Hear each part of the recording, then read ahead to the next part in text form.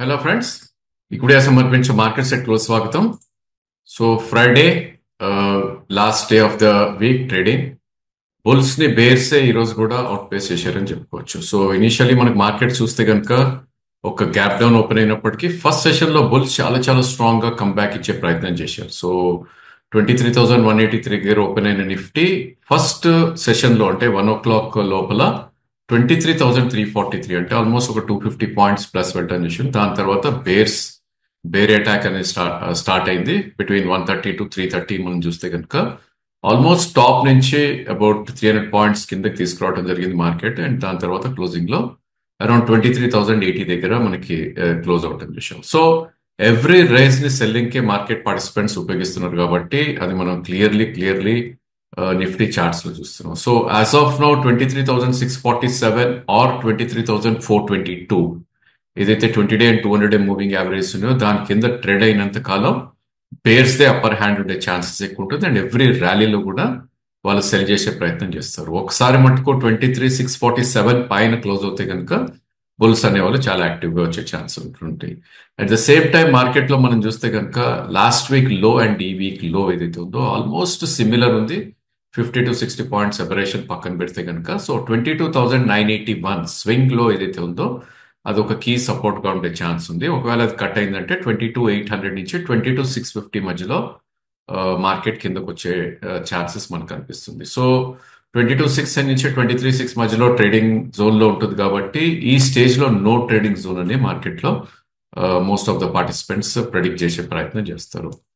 ఇక ఈరోజు గెయినర్స్ లో వెళ్ళి చూస్తే కనుక ప్రాబ్లీ ఎఫ్ఎంసీజీ నేమ్స్ అన్ని కూడా ఈరోజు నిఫ్టీకి బాగా సపోర్ట్ చేశాయి. దో 120 పాయింట్స్ కింద క్లోజ్ అయినప్పటికీ నిఫ్టీ బికాస్ ఆఫ్ ఎఫ్ఎంసీజీనే అది అని చెప్పుకోవచ్చు. అదర్వైజ్ ఫాల్ ఇంకా ఎక్కువ ఉండే ఛాన్సెస్ ఉండేది ఈరోజు. సో లీవర్ నిన్న రిజల్ట్స్ ఇచ్చినాక నిన్న పాజిటివ్ తర్వాత ఈ రోజు కూడా ఒక 2% ఫాలో అప్ ర్యాలీ రావటం చేసాం. దాని స్పిల్ఓవర్ ఎఫెక్ట్ న్యాచురల్లీ మనకి అదర్ స్టాక్స్ కూడా ఉంటాయి కాబట్టి Tata consumer and Britannia, Nestle లాంటి స్టాక్స్ లో పాజిటివ్ గా ట్రేడ్ అయ్యాయి. కొన్ని సెక్టర్స్ సైడ్ తీసుకుని అని చెప్పొచ్చు. So for instance IT names లో చూస్తే విప్రో కొద్ది పాజిటివ్ గా ట్రేడ్ అయింది, టెక్ మహీంద్రా పాజిటివ్ గా ట్రేడ్ అవటం చూసాం. అదేవిధంగా పిఎస్యు నేమ్స్ కూడా కొన్ని సైడ్ తీసుకుని పవర్ గ్రిడ్ పాజిటివ్ గా ట్రేడ్ అవటం చూసాం. సిమిలర్లీ ఆటో కూడా ఐషర్ మోటార్ పాజిటివ్ గా ట్రేడ్ అవటం చూసాం. అండ్ వీకెస్ట్ సెక్టర్ ఈ రోజు ఏది అంటే కనుక ప్రాబ్లీ ఫార్మా అని చెప్పుకోవాలి. లోవర్ దెన్ ఎక్స్పెక్టెడ్ రిజల్ట్స్ ఏదైతే డాక్టర్ అనౌన్స్ చేసిందో ఆల్మోస్ట్ స్టాక్ ఒక 8% గ్యాప్ డౌన్ తో ఓపెన్ అవుట్ చూసాం మనం. అఫ్ కోర్స్ కొద్దిగా లోవర్ లెవెల్స్ లో బయింగ్ వచ్చింది కాబట్టి బిగ్గెస్ట్ లూజర్ గా స్టిల్ అది ఈ రోజు నిలిచింది మనకి 5% కింద అరౌండ్ 1220 దగ్గర క్లోజ్ అవటం చూసాం. ఇక ఇందాకే అనుకున్నట్టు కొన్ని ఆటో నేమ్స్ పాజిటివ్ గా ట్రేడ్ అయినప్పటికీ M&M లాంటి స్టాక్స్ కొద్దిగా నెగిటివ్ గా ట్రేడ్ అయ్యాయి. అఫ్ కోర్స్ ఎప్పుడైతే మనకి సెక్టర్ లో ఒక లీడర్ వీక్ గా ఉంటుందో ఆ సెక్టర్ లో అదర్ స్టాక్ కూడా స్పిల్ ఓవర్ అవుతుంది కాబట్టి other pharma names like Cipla, Sun కూడా వీక్ గా ట్రేడ్ అవటం చూసాం. ఇక రిలయన్స్ అండ్ అదానీస్ కూడా ఈ రోజు కొద్దిగా వీక్ ట్రెండ్ ని ఎగ్జిబిట్ చేయటం చూసాం. ఇక బ్యాంక్ నిఫ్టీ విషయానికి వస్తే కనుక nothing different from Nifty. So 48,500 దగ్గర ఓపెన్ అయిన బ్యాంక్ నిఫ్టీ ఆల్మోస్ట్ 48,850 దాకా వెళ్ళటం చూసాం. అండ్ సెకండ్ సెషన్ లో 48,200 కూడా కిందకి రావటం చూసాం. ఆఫ్ కోర్స్ లోవర్ లెవెల్స్ లో కొద్దిగా బయింగ్ ఎమర్జ్ అవడంతో అరౌండ్ 250 పాయింట్స్ డౌన్ లో ఆల్మోస్ట్ 48,300 దగ్గర క్లోజ్ అవటం చూసాం. సో ఇది ఒక టైట్ రేంజ్ లో ట్రేడ్ అవుతుంది. ఈవెన్ బ్యాంక్ నిఫ్టీ కూడా మేబీ 48,000 నుంచి 49,500 మధ్యలోనే కదలాడే ఛాన్సెస్ ఇప్పుడు కూడా కనిపిస్తుంది. ఎందుకంటే 20-day మూవింగ్ యావరేజ్ 49,500 దగ్గర ఉంది.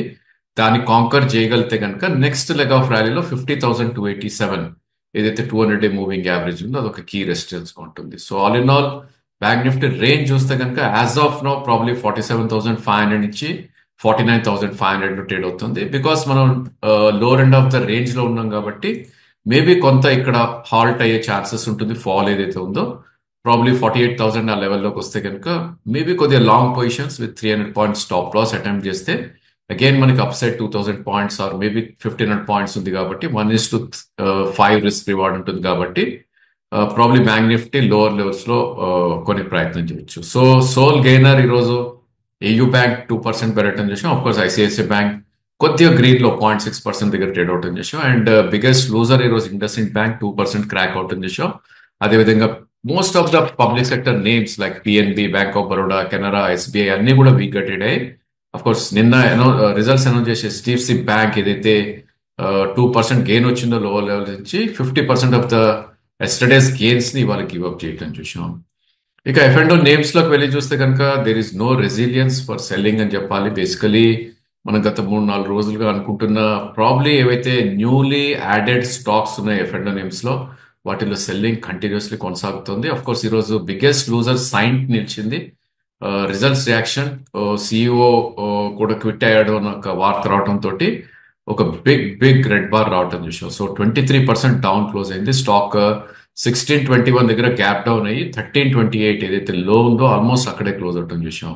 ఇక ఈరోజు వాల్యూమ్ చూస్తే కనుక వెరీ సిగ్నిఫికెంట్ వాల్యూమ్. సో దీనిలో యావరేజ్ వాల్యూమ్ మనకి 3 lakhs to 8 lakhs per day అయ్యేది. ఈరోజు 1.4 crores వాల్యూమ్ జరిగింది. సో డెఫినెట్లీ ఒక బిగ్ ఇన్స్టిట్యూషన్ డంప్ చేస్తేనే ఇలాంటి బిగ్ ఫాల్ అండ్ ఇంత వాల్యూమ్స్ వస్తాయి కాబట్టి ఈ స్టేజ్ లో చాలా అప్రమత్తంగా ఉండాలి. సో దీన్ని మంత్లీ చార్ట్ లోకి వెళ్ళి చూస్తే కనుక 2023 జూలై అంటే ఆల్మోస్ట్ 1.5 year బ్యాక్ ఏదైతే 1392 లో చూసామో ఆ లోన్ కూడా కట్ చేయడం చూసాం. సో ఇలాంటి టైంలో చాలా కేర్ఫుల్ గా ఉండాలి ఇలాంటి స్టాక్స్ లో.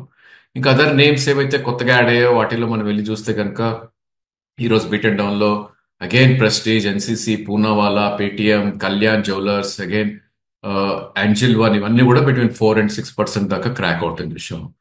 And cable stocks like KEI, Havells and Polycab, ఈ మూడు కూడా వీక్ గా ట్రేడ్ అవుట్ అని చూసాం. ఫార్మా స్పిల్లోవర్ ఎఫెక్ట్ ఉంది, గ్లెన్మార్కా, Ipca labs and Metropolis. So except for one stock. So నిన్న వీడియోలో మనం క్లియర్లీ చెప్పడం జరిగింది, మేబీ రిజల్ట్స్ రియాక్షన్ కొద్దిగా బాగుంటే కనుక లౌరస్ పెరిగే ఛాన్స్ ఉందని.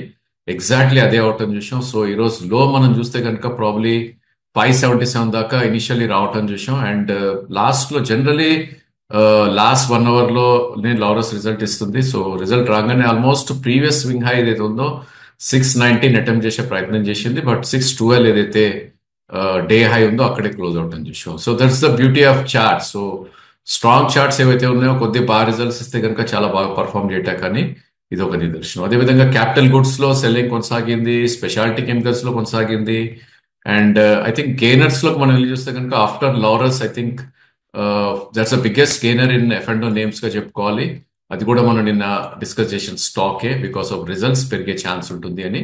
And other names like emphasis కానీ, లోదా కానీ, ప్రాబ్లీ పర్సిస్టెంట్ కానీ, కొన్ని names like IEX, Tata consumer, Colgate Palmolive, ఏదైతే నిఫ్టీలో ఎఫ్ఎంసీజీ నేమ్స్ లో పాజిటివ్ గా ట్రేడ్ అయ్యో ఆ స్టాక్స్ కూడా ఈరోజు కొద్దిగా పాజిటివ్ గా ట్రేడ్ అవుతుంది విషయం. ఇక క్యాష్ సెగ్మెంట్ లోకి వెళ్ళి చూస్తే కనుక ప్రాబ్లీ ఐ థింక్ ఒక బ్రూటల్ సెల్లింగ్ ఇంకా కొనసాగుతుంది మోస్ట్ ఆఫ్ ద నేమ్స్ లో. ఎస్పెషలీ రిజల్ట్స్ ఎక్కడైతే కొంచెం వీక్ గా ఇస్తారో ఐ థింక్ అక్కడ స్పేర్ చేయట్లేదు మార్కెట్ ఎట్టి పరిస్థితుల్లోనూ. సో మనం కొన్ని ట్రాక్ చేసే స్టాక్స్ లో తేజస్ నెట్వర్క్ ప్రాబ్లీ ఈరోజు 9% దాకా కరెక్ట్ అవటం చూసాం. Because of probably lower than expected results, bad results అనలేము. Because most of the mid cap names లో ఒక మంచి ర్యాలీ రావటం చూసాం ఆల్రెడీ కాబట్టి.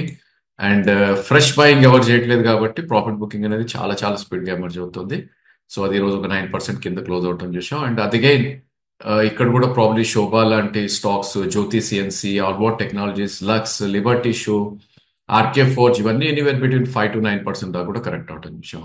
అఫ్ కోర్స్ కొన్ని బ్రైట్ స్పాట్స్ ఉంటాయి, బికాస్ వాల్యూ బయింగ్ అని అనొచ్చు, లేకపోతే బాటమ్ ఫిషింగ్ అనొచ్చు. మ్యూచువల్ ఫండ్స్ ఏవైతే ఫండ్ డిప్లాయ్ చేయాలనుకుంటాయో కొన్ని స్టాక్స్ ని వాళ్ళు సెలెక్ట్ చేసుకుంటారు కాబట్టి అదే కోలో ఈరోజు కొన్ని స్టాక్స్ పెరగటం చూసాం.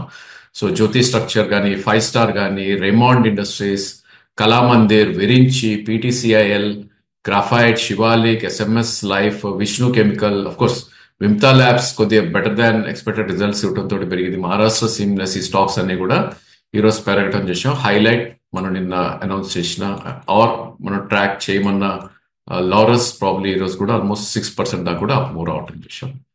సో రిజల్ట్ సీజన్ కొనసాగుతూనే ఉంది. Probably based on the individual announcements probably ఆ స్టాక్స్ లో ప్రభావితం చూస్తున్నాయి. మన దగ్గర ఏ స్టాక్స్ ఉన్నాయో కేర్ఫుల్ గా అబ్జర్వ్ చేసి ఎక్కడైతే ప్రాబ్లీ ఒక ఇంపార్టెంట్ ప్రైస్ పాయింట్స్ కట్ చేస్తాయో వాటిల్లో ఐ థింక్ ఈవెన్ లాసెస్ కూడా బుక్ చేసుకోవాలి. ఎందుకంటే లాస్ట్ 2-3 years లో మనం చార్ట్స్ లోకి వెళ్ళి చూస్తే కనుక చాలా స్టాక్స్ 4 to 5 times అయిన స్టాక్స్ అవి. టాప్ నుంచి 30% పడింది కదా అని మనం పెద్ద వరి అవ్వాల్సిన అవసరం లేదు. బికాస్ లోవర్ నుంచి చూస్తే కూడా స్టిల్ లాస్ట్ 2 years లో 3 or 4 బ్యాగర్ అయి ఉంటాయి. సో అటాచ్మెంట్ పెట్టుకోవద్దు ఏ స్టాక్ కూడా. రిజల్ట్స్ ఎక్కడ కొంచెం కూడా బాగలేదు అనిపిస్తే కనుక definitely one should try to come out. And ఎక్కడైతే రిజల్ట్స్ బాగున్నాయో ప్రాబ్లీ ఆ స్టాక్స్ యాడ్ చేసుకుంటే ఇట్స్ ఎ గుడ్ ఐడియా అని మా ఉద్దేశం. That's all for today. Thank you for watching.